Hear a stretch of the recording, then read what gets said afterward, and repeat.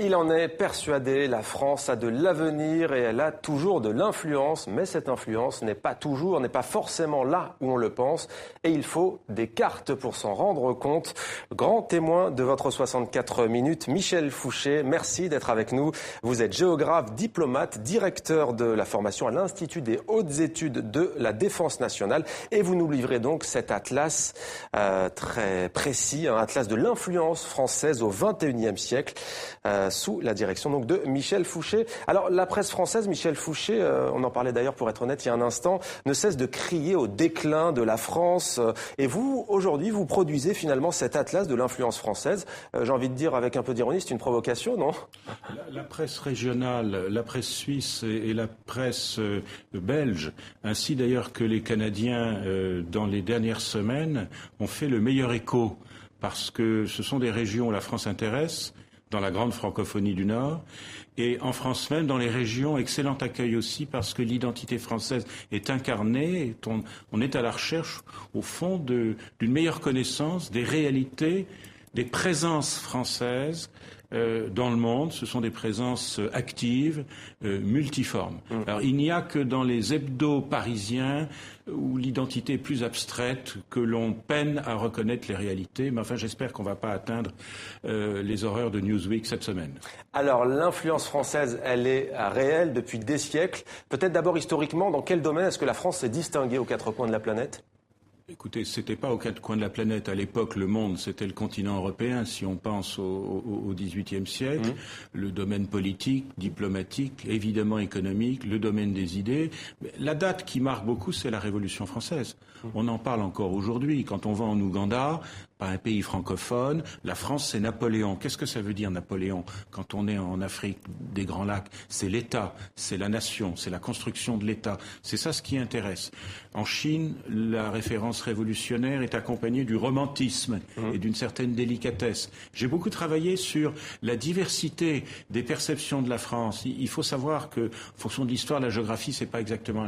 En Algérie, Boualem Sansal m'a livré un texte formidable. Il dit ceci, et ça va vous faire plaisir ici, à TV5 Monde, le français, héritage précieux de la colonisation au moment de l'indépendance. Voilà ce que dit le grand écrivain algérien Boualem Sansal. Donc il y a une grande diversité. Il est clair que la langue joue un rôle tout à fait fondamental.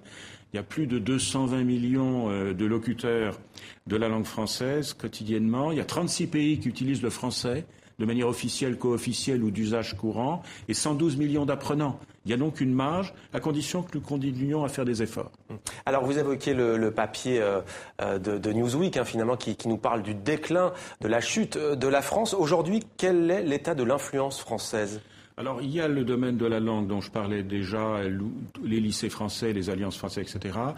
Notre contribution au système international, la France est, depuis 12 ans, à l'origine, à peu près le quart des résolutions des Nations Unies sur des questions de maintien de la paix, récemment la République centrafricaine, hier c'était le Mali, ce fut la Libye et naturellement les drames du Proche et du Moyen-Orient. Donc la France agit comme puissance régionale, puis il y a naturellement la présence économique qui est en quelque sorte à deux faces. Très forte implantation des grands groupes qui se sont complètement internationalisés, difficulté des entreprises de taille intermédiaire à aborder des marchés où globalement on parle anglais. Il y a une espèce de revers de la médaille de la force historique de la langue.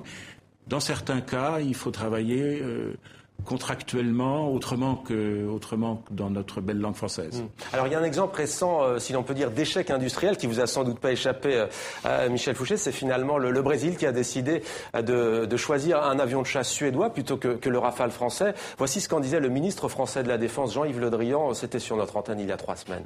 C'est pas une bonne nouvelle, mais c'est pas la fin de l'histoire. C'est pas une bonne nouvelle parce que nous avions beaucoup agi pour que le Brésil, dans le cadre de la rénovation de son armée de l'air, prenne le Rafale, qui nous paraît un avion de très grande qualité, qui est aujourd'hui dans les armées françaises et qui a montré toutes ses capacités dans les conflits récents. Mais c'est de la responsabilité du Brésil. Ce pays est souverain et élabore ses choix comme il l'entend. Donc on le regrette. Mais c'est pas la fin de l'histoire pour deux raisons. D'abord, c'est pas la fin de l'histoire pour le Rafale, parce que c'était pas, comme l'on dit, notre prospect prioritaire, puisque nous avons beaucoup misé sur l'Inde et sur les pays du Golfe, et je suis convaincu que nous aurons des résultats là-bas. C'était là-bas la priorité, et c'est là-bas que les prospects sont les plus intéressants. Et puis c'est pas la fin de l'histoire pour notre relation avec le Brésil, parce que en matière d'armement, on ne le dit pas assez, il y a une longue collaboration avec ce pays qui est en cours dans le domaine des sous-marins, puisque nous avons un partenariat pour la construction de 4 sous-marins au Brésil, dans une unité que nous fabriquons ensemble avec les Brésiliens en ce moment, pour des montants qui dépassent le montant de la commande Rafale s'il avait eu lieu. Et nous avons une très bonne collaboration dans le domaine des hélicoptères et dans le domaine satellitaire. Donc c'est pas une bonne nouvelle, mais ce n'est pas la fin de l'histoire. Vous, comment est-ce que, Michel Fouché, vous avez réagi quand vous avez appris cette nouvelle, finalement, alors que votre Atlas venait de sortir ?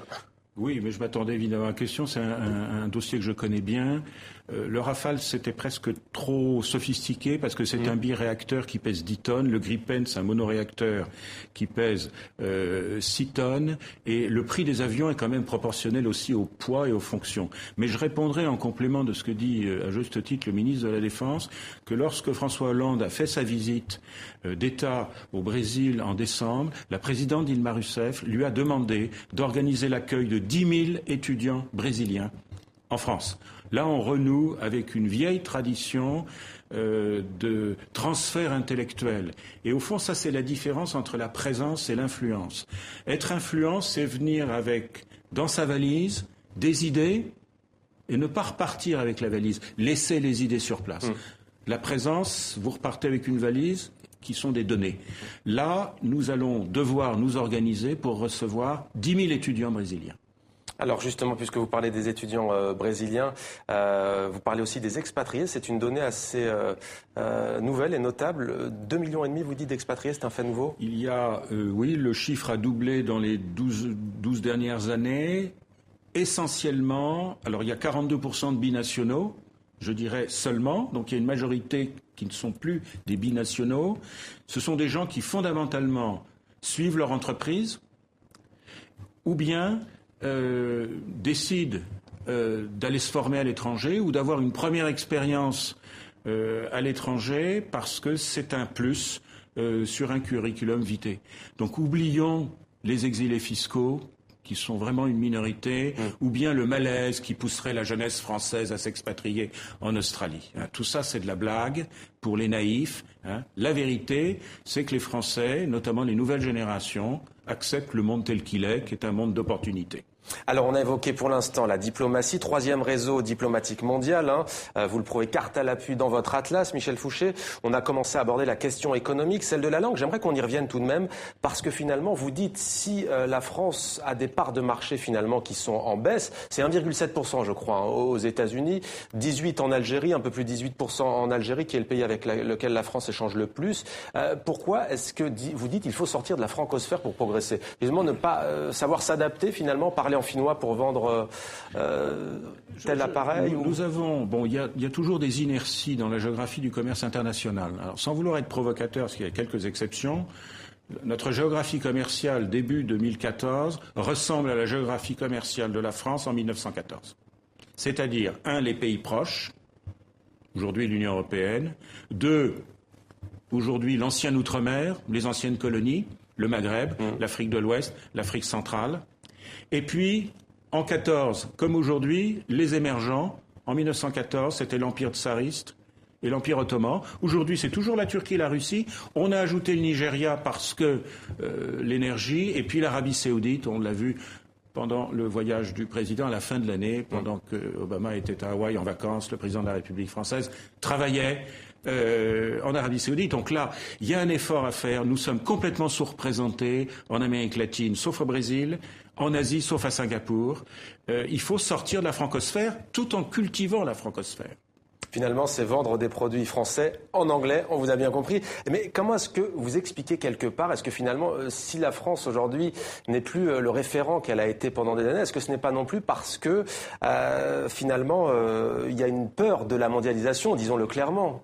Il y a clairement, effectivement, un discours assez largement partagé encore, mais enfin c'est en train de s'atténuer. Alors que la France est un acteur finalement de cette mondialisation. Oui, mais nous avons du mal à le reconnaître. Oui. Nous préférons nous poser en victime, ce qui exonère de toute responsabilité, que de se poser en acteur, c'est-à-dire d'avoir un projet. Et je pense qu'il est tout à fait possible d'aller à la conquête du vaste monde sans perdre ce que nous sommes. C'est ça. D'autant plus qu'il y a des attentes. Dans le texte, j'indique par exemple un intellectuel indonésien, c'est loin. Il dit la France c'est beau, c'est loin et c'est l'alternative. Même chose au Nigeria. Ce qu'on attend de nous, c'est une autre voie. L'alternative à quoi? À l'empire américain? Pas à l'empire, à la banalisation occidentalo-globale, qui est quand même la grande menace qui pèse, y compris d'ailleurs sur notre langue. Et je crois que nous sommes engagés dans une modernisation, mais il y a une attente. Au fond, la France reste le pays des idées, pas seulement de la culture. Et il y a très peu de pays dans le monde qui ont des idées sur la marche du monde. Nos idées sont parfois un peu trop régressives. Autre piste, parfois régressive, est-ce que ça ne viendrait pas, allez, ça va être un peu dur, mais d'une certaine suffisance quelque part? Est-ce que les Français ne se reposent pas sur leur laurier? C'est quelquefois le reproche qui nous est adressé, en effet, mais c'est lié au fait que souvent on a un système qui marche bien. Alors, on a tendance à vouloir l'exporter. J'ai vu, quand j'étais en poste diplomatique, des gens très remarquables, des hauts fonctionnaires, qui voulaient absolument imposer un système de préfecture dans un pays décentralisé. Mais ça marche pas. Donc, aujourd'hui, nous devons faire un effort d'adaptation. La médecine, par exemple, en Chine, on s'inspire des disciplines françaises? Il y a eu une phase américaine en Chine, et puis très vite, mais c'est une coopération qui date. C'est un des héritages les plus précieux de l'anticipation géopolitique géniale du général de Gaulle, qui est la reconnaissance de 1964. Nous n'avons pas tiré parti économiquement. Renault arrive 30 ans après Volkswagen en Chine, mais nous en avons tiré parti au plan scientifique. La médecine chinoise, notamment dans les domaines de la cardiologie, du sang et bien d'autres, travaille étroitement avec les Français. D'ailleurs, Hollande a inauguré le 32e Institut Pasteur à Shanghai le 23 avril 2013. Merci beaucoup Michel Fouché. Alors vous évoquez aussi la diversité culturelle au sein de la société française qui est un atout, dites-vous, ignoré. On aura l'occasion d'en reparler avec vous. Merci d'avoir été avec nous.